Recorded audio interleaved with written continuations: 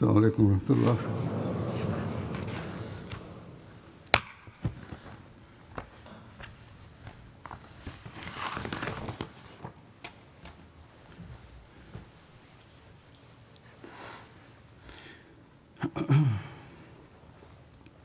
أشهد أن لا إله إلا الله وحده لا شريك له وأشهد أن محمدا عبده ورسوله أما بعد فأعوذ بالله من الشيطان الرجيم بسم الله الرحمن الرحيم الحمد لله رب العالمين الرحمن الرحيم مالك يوم الدين إياك نعبد وإياك نستعين اهدنا الصراط المستقيم صراط الذين أنعمت عليهم غير المغضوب عليهم ولا الضالين۔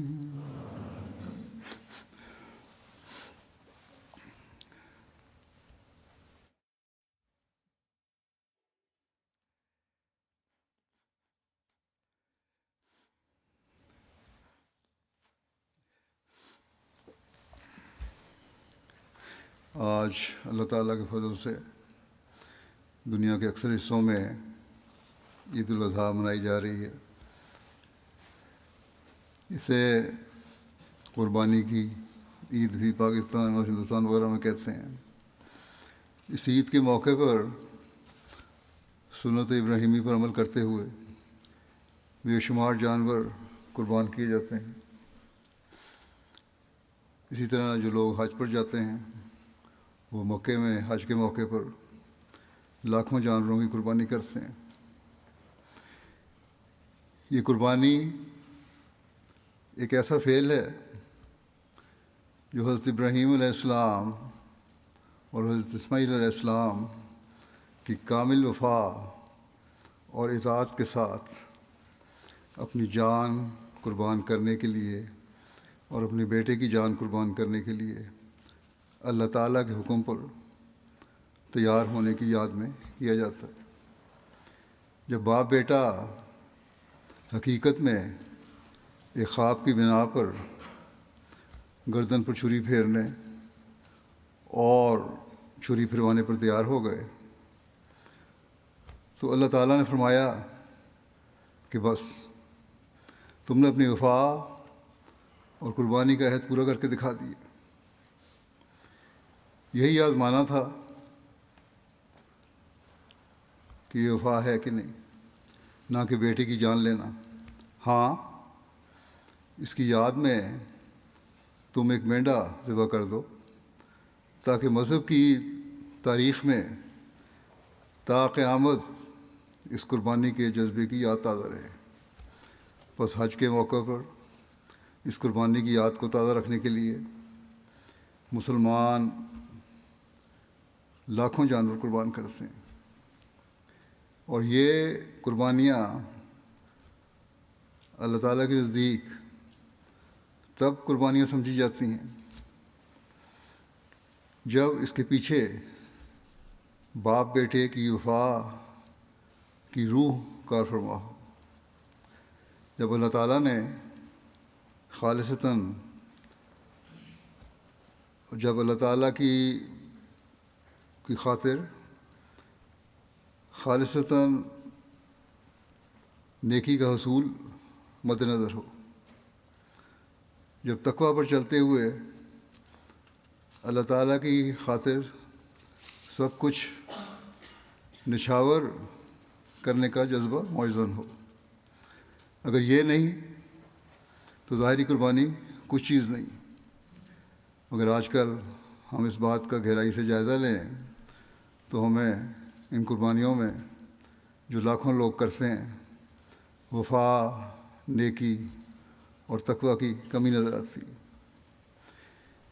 بعض ملکوں میں جانور منڈیوں میں جانوروں کو سجا کر لایا جاتا ہے اور پھر اس پر زیادہ سے زیادہ قیمت کے لیے بولی لگتی ہے، اور اس بات پر فخر کیا جاتا ہے کہ ہم نے اتنے ہزار یا لاکھ کا جانور خریدا۔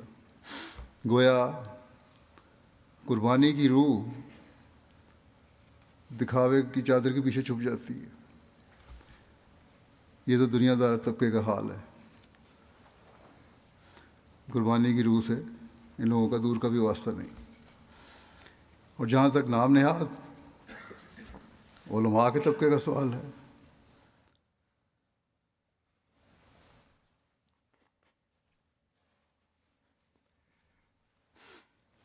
انہوں نے تو مذہب کے نام پر لوگوں کے ذہنوں کو زہر آلود کر دیا، اور پاکستان میں تو ان نام نہاد علماء کا مذہب پر وجاداری کا تصور اس حد تک بڑھ گیا ہے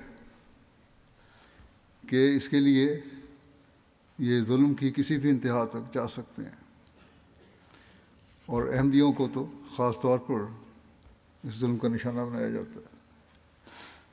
مولویوں کے نزدیک احمدیوں کے عید کی نماز پڑھنا اور جانور کی قربانی کرنا ایک خطرناک جرم ہے، جس کی سزا کے لیے وہ کسی حد تک بھی جا سکتے ہیں۔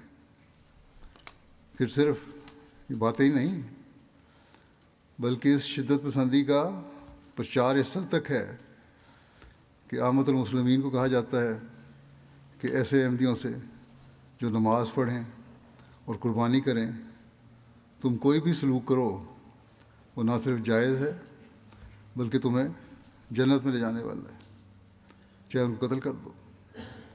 اور اس بات نتیجہ یہ ہے کہ احمدیوں کو وقتاً فوقتاً شہید بھی کیا جاتا ہے۔ اور پھر صرف اتنا ہی نہیں، بلکہ بعض جگہ انتظامیہ نے ان نام نہاد مولویوں کے زیر اثر نماز پڑھنے اور قربانی کرنے کے جرم میں احمدیوں کو جیلوں میں بھی ڈال دیا۔ گزشتہ سالوں میں یہ ہوتا رہا ہے۔ اس سال گو حکومت کی پالیسی میں کچھ لگتا ہے کہ نرمی آنے کی طرف توجہ پیدا ہوئی ہے، لیکن پھر بھی بعض جگہ ایسے واقعات ہوئے ہیں کہ یہ انتظامیہ احمدیوں پہ ظلم کر رہی ہے۔ اس حد تک مولوی کا اثر بعض جگہ انتظامیہ پر ہے کہ وہ سمجھتی ہے کہ شاید احمدیوں پر ظلم کرنے سے حقیقت میں ان کے لیے جنت میں جانے کے راستے کھل جائیں گے۔ بس یہ لوگ پورا زور لگاتے ہیں کہ کسی طرح بھی ہو احمدیوں کو عبادت اور قربانی سے روکا جائے، لیکن یہ لوگ نہیں جانتے کہ اصل قربانی قبول کرنے والا تو اللہ تعالیٰ ہے۔ یہ اگر آج احمدیوں کو قربانیوں سے روکتے ہیں تو احمدی اپنے جذبات قربان کرتے ہوئے بعض جگہ ان قربانیوں سے رک بھی گئے ہیں۔ اللہ تعالیٰ جس کی دلوں پر نظر ہے، جو یہ جانتا ہے کہ احمدی اس وجہ سے کس تکلیف اور کرب میں مبتلا ہیں، وہ یقیناً احمدیوں کی اس قربانی کے جذبے کو بھی قبول فرمائے گا۔ بس ایسے لوگ پہلے سے بڑھ کر اپنے جذبات اللہ تعالیٰ کے حضور پیش کریں تاکہ وہ ہم پر رحم اور فضل کی نظر جل ڈالے۔ اللہ تعالیٰ یقیناً مظلوموں کی آہوں کو سنتا ہے۔ وہ آپ کی قربانی کی نیت کو بھی قربانی کا درجہ دے کر قبول کرے گا اور ان نام نہاد قربانی کرنے والوں کی قربانیوں کو رد کر کے لوٹا دے گا۔ اگر اللہ تعالیٰ نے ایک حج پر نہ جانے والے کا حج صرف اس کی نیت کی وجہ سے قبول کر لیا،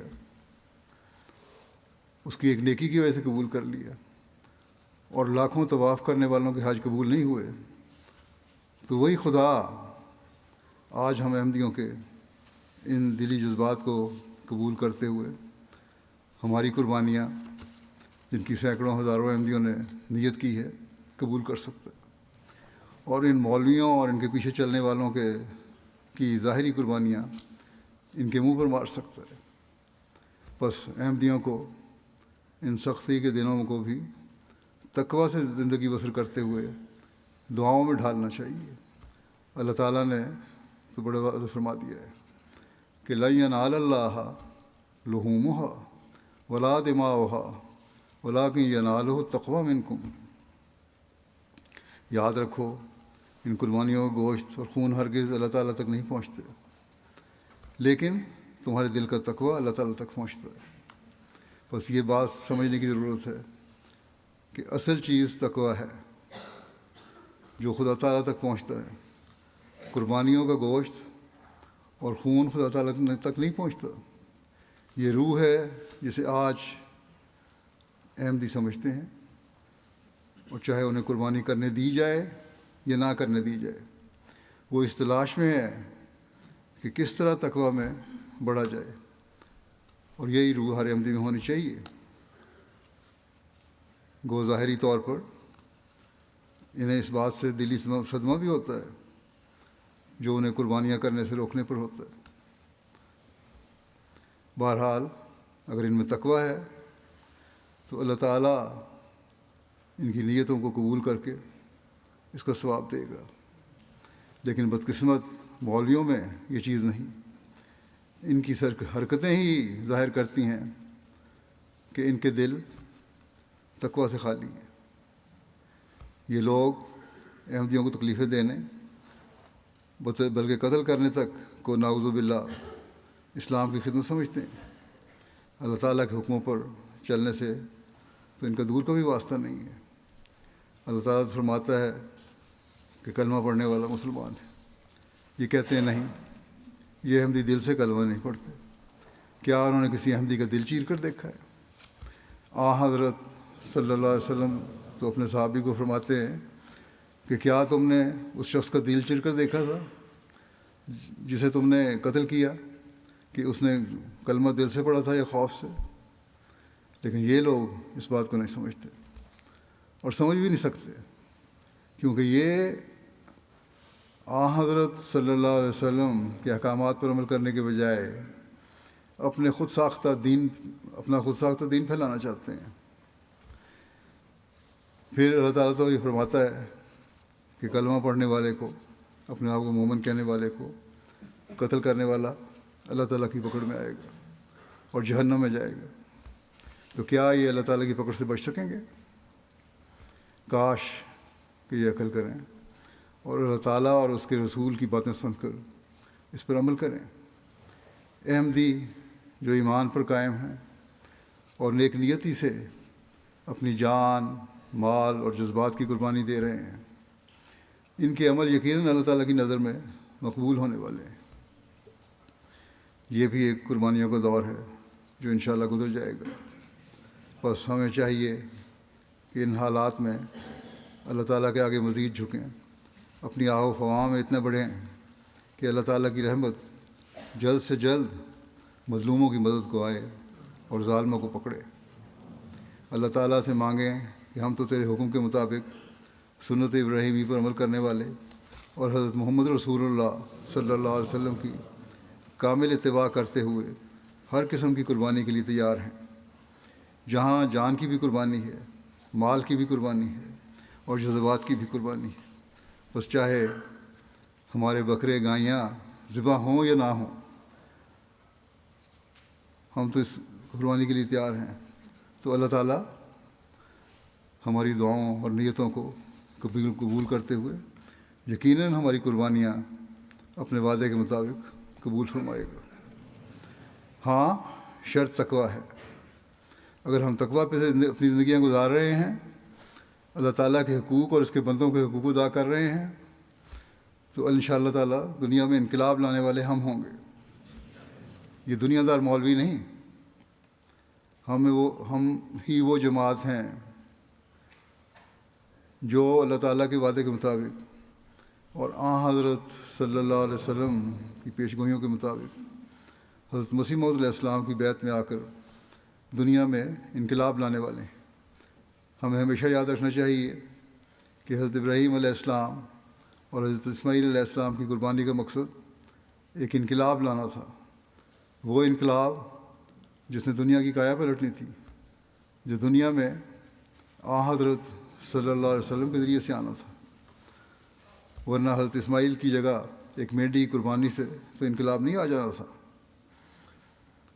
مینڈی کی قربانی تو ایک ظاہری اظہار تھا اور آج بھی ہے، تاکہ مومن اس روح اور مقصد کو نہ بھولے۔ حضرت مسیح علیہ السلام فرماتے ہیں دلوں کی پاکیزگی سچی قربانی ہے، گوشت اور خون سچی قربانی نہیں۔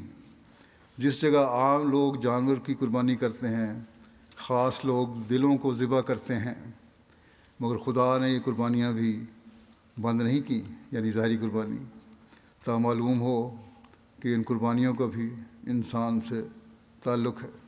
پھر آپ ایک جگہ فرماتے ہیں خدا تعالیٰ نے شریعت اسلام میں بہت سے ضروری احکام کے لیے نمونے قائم کیے ہیں، چنانچہ انسان کو یہ حکم ہے کہ وہ اپنی تمام قوتوں کے ساتھ اور اپنے تمام وجود کے ساتھ خدا تعالیٰ کی راہ میں قربان ہو۔ بس ظاہری قربانیاں اس حالت کے لیے نمونہ ٹھہرائی گئی ہیں، لیکن اصل غرض یہی قربانی ہے، یعنی دل کی قربانی۔ بس یہ روح ہے جو ہم نے اپنے اندر، اپنے گھر والوں کے اندر، اپنی اولاد کے اندر اور اپنی نسل کے اندر پیدا کرنی ہے، اور پھر بحیثیت جماعت ہم سب میں یہ روح پیدا ہوگی تو وہ حقیقی انقلاب آئے گا جس کے پیدا کرنے کے لیے اس زمانے میں اللہ تعالیٰ نے حضرت مسیح علیہ السلام کو حضرت صلی اللہ علیہ وسلم کی غلامی میں مبعوث فرمایا، اور ہم انشاءاللہ تعالیٰ ان مولویوں کی عارضی کوششوں کی پرواہ نہ کرتے ہوئے آگے سے آگے بڑھتے چلے جانے والے ہوں گے۔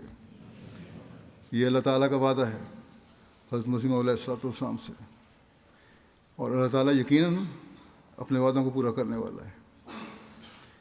بس اس بات سے ہمیں پریشان ہونے کی ضرورت نہیں کہ حکومت وقت کے بعض ظالم کرندوں نے مولویوں کے ساتھ مل کر اپنے اختیارات کے تحت ہمیں قربانی کرنے یا عید پڑھنے سے روکا ہے، یا ماضی میں روکتے رہے ہیں، یا اس قدر خوف کی حالت پیدا کر دی ہے کہ احمدی کھل کر نہ عبادت کر سکتے ہیں نہ قربانی کر سکتے ہیں۔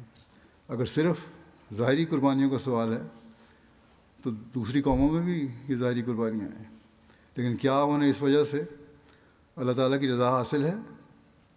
ہرگز نہیں، کیونکہ ان میں تقویٰ مفقود ہے، اور یہی حال آج کل کے نام نہاد ملا کا ہے، جس نے دین اسلام جو امن اور سلامتی کا مذہب ہے اسے اپنے مقاصد کے استعمال کے لیے شدت پسندی کا مذہب بنا دیا ہے۔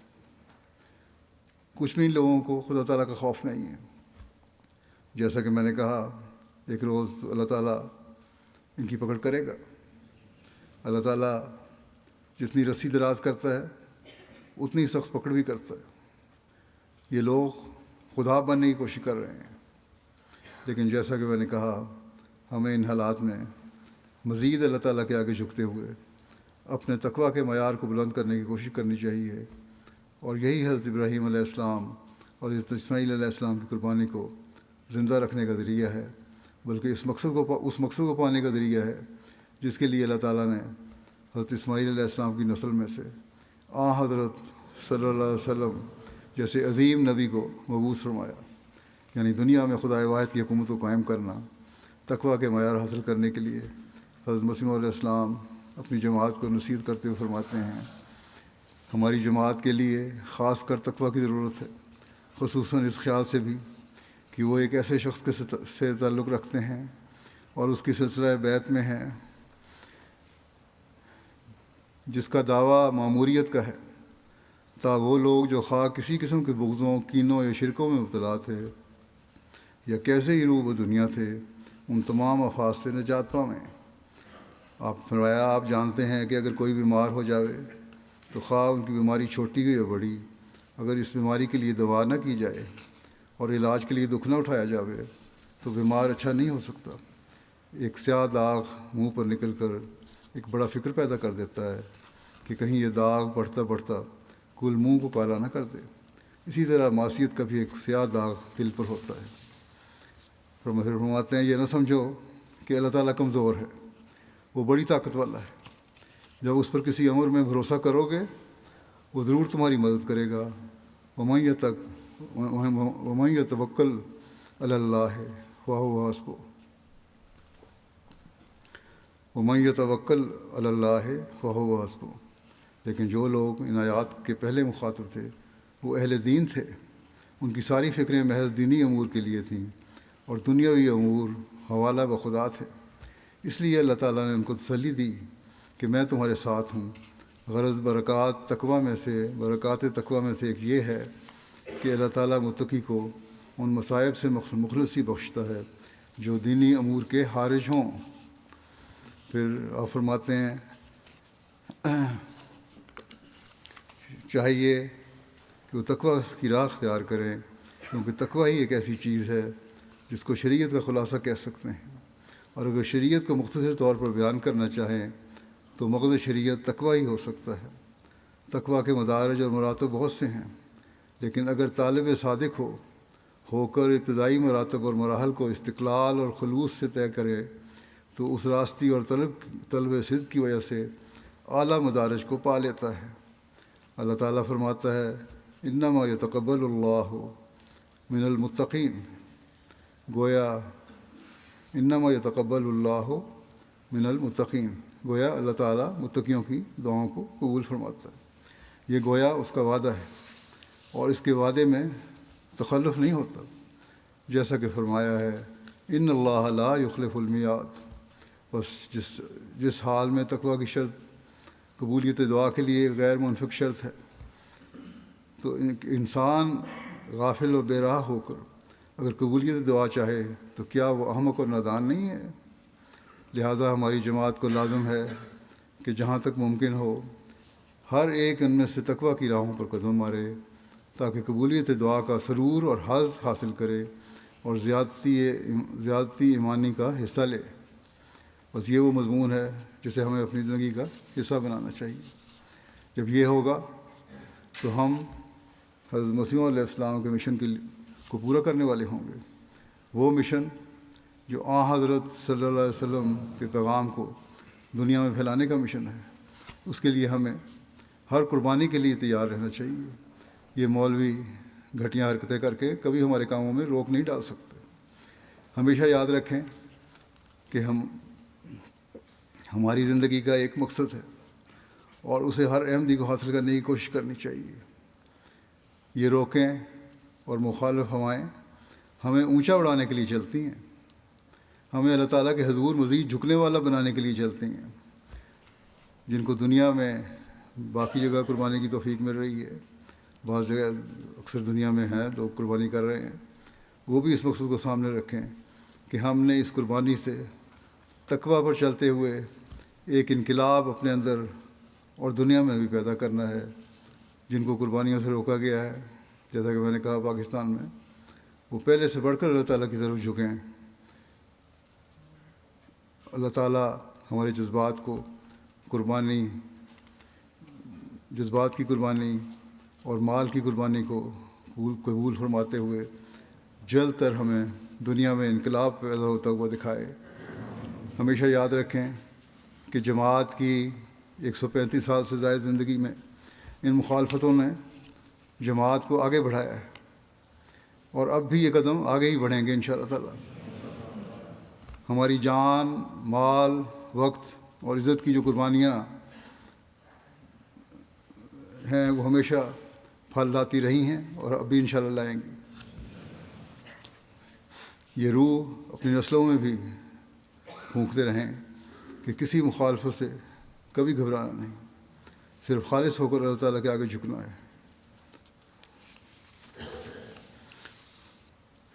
اللہ تعالیٰ کی رضا کا حصول ہمیشہ سامنے رکھنا ہے، اور جب یہ ہوگا تو تبھی ہم خدائے واحد کی حکومت کو دنیا میں قائم ہوتا دیکھیں گے اور حضرت محمد رسول اللہ صلی اللہ علیہ وسلم کا جھنڈا دنیا میں لہرانے والے ہوں گے. یہ مولوی اور حضرت صلی اللہ علیہ وسلم کے نام کو غلط رنگ میں استعمال کرنے والے تو اپنی حرکتوں سے دنیا کو آپ صلی اللہ علیہ وسلم اور اسلام سے دور لے جانے کا باعث بن رہے ہیں. حقیقت میں ہم ہیں جو دنیا کو حضرت محمد رسول اللہ صلی اللہ علیہ وسلم کے جھنڈے کے نیچے لانے والے ہیں. اللہ تعالیٰ ہمیں قربانیوں اور تقویٰ کی حقیقت کو سمجھتے ہوئے اپنے مقصد کو حاصل کرنے کی توفیق عطا فرمائے۔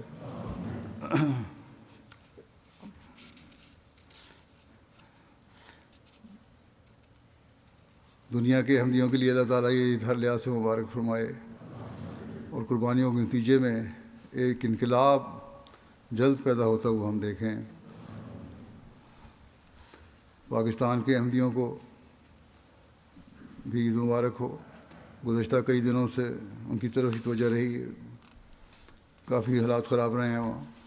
اللہ تعالیٰ کرے کہ ان کی قربانیاں جلد رنگ لائیں۔ بلکہ آج عید والے دن بھی رات کو کوٹلی میں ایک جگہ بلوائیوں نے حملہ کیا، مسجد میں توڑ پھوڑ کی، اور بعض جگہ عید پڑھنے بھی نہیں دی گئی، انتظامیہ کی کمزوری یا کسی وجہ سے۔ بہرحال سنا ہے حکومت وقت نے تو کہا تھا کہ ان کو کہ حفاظت کی جائے، لیکن مقامی انتظامیہ ہر جگہ اپنی مرضی چلانے والی ہے۔ بہرحال ہمارا تو سارا انحصار اللہ تعالیٰ پر ہے، اسی کے سامنے ہم نے جھکنا ہے۔ اللہ تعالیٰ کرے کہ احمدیوں کے درد جلد خوشیوں میں بدل جائیں۔ دنیا میں جہاں جہاں بھی احمدی درد اور قربانی کے دور سے گزر رہے ہیں، جلد ان کے لیے آسانیوں کے سامان پیدا ہوں۔ بس ایک چیز یاد رکھیں کہ ہر حالت میں اللہ تعالیٰ کے حضور جھکتے چلے جائیں، اپنی باتوں کے معیار بلند کرتے چلے جائیں۔ شہداء کے خاندانوں کو بھی دعاؤں میں یاد رکھیں۔ اللہ تعالیٰ ان شہداء کے خون کے ہر قطرے کو ایسے پیار کی نظر سے دیکھے کہ ایک انقلاب رونما ہو جائے۔ اللہ تعالیٰ کرے کہ ان شہداء کی قربانیاں ان کی نسلوں میں ایک انقلاب لانے والی ہوں، دین سے پہلے سے بڑھ کر جڑنے والے ہوں۔ ہر جگہ کے اسیران کی رہائی کے جلد سامان ہونے کے لیے بھی دعا کریں۔ خاص طور پر یمن میں جو خاتون اسیر ہے اس کے لیے تو بہت دعا کریں، اور باقیوں کے لیے بھی اللہ تعالیٰ ان کی مدد فرمائے اور جلد رہائی ہو۔ کسی بھی رنگ میں قربانی کرنے والے ہر احمدی کو اللہ تعالیٰ اپنی جناب سے بے انتہا نوازے، اور ہر احمدی ہمیشہ تقویٰ پر قائم رہنے والا ہو۔ فلسطینیوں کے لیے بھی دعا کریں، اللہ تعالیٰ انہیں بھی جلد اس ظلم کی چکی سے نکالے۔ اللہ تعالیٰ ان پر رحم فرمائے۔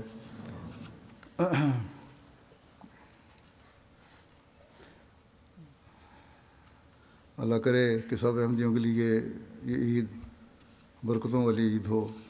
دنیا میں عمومی طور پر بھی امن اور سکون اور سلامتی قائم ہو جائے، اور دنیا کو خدائے واحد کو پہچاننے والے لوگ بن جائیں، تبھی دنیا میں امن قائم ہو سکتا ہے۔ اب ہم دعا کریں گے۔